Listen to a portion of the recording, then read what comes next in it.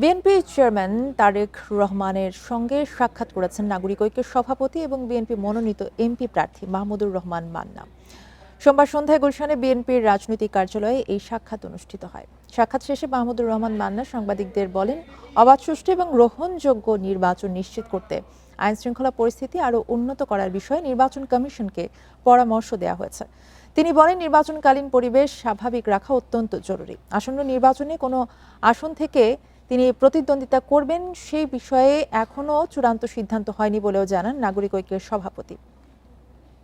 তিনি বলেন, আসন সমঝোতার ভিত্তিতে যে আসনে নির্বাচন করার সুযোগ দেওয়া হবে সেখান থেকে তিনি প্রতিদ্বন্দ্বিতা করবেন। এর আগে মাহমুদুর রহমান মান্না নাগরিক ঐক্যের প্রার্থী হিসেবে বগুড়া 2 এবং ঢাকা 18 আসন থেকে মনোনয়নপত্র জমা দিয়েছিলেন।